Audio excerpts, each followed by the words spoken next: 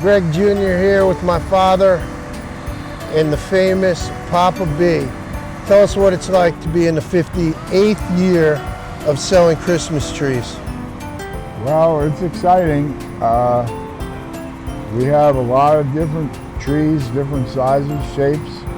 When we first started, we bought from one little old farmer in Pennsylvania, and now we're buying from 6 different farms in North Carolina and Virginia.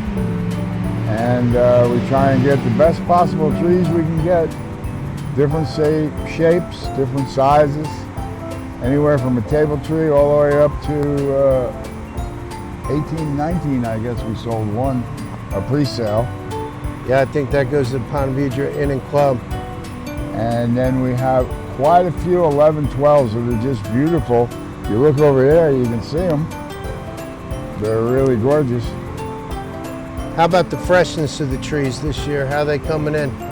Well, this year the trees are coming in very fresh. They had a lot of rain about 2.5 weeks ago, which was perfect for the trees before they cut them.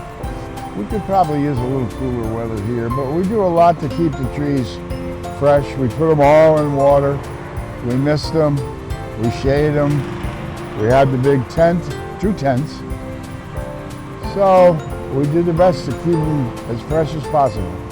Yeah, I would think on a year like this year, buyers really got to beware of buying a Christmas tree that's not sitting in water. We're at 85 degrees for the last 2 days.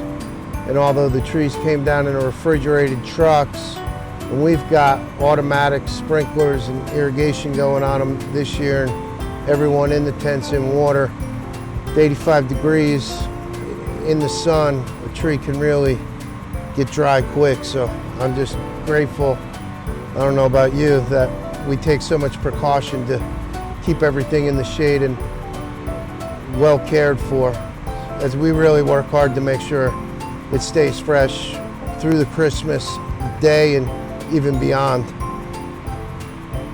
A good test is to grab the branch and pull it, and you shouldn't be getting any needles in your hand. If you are, don't buy that tree.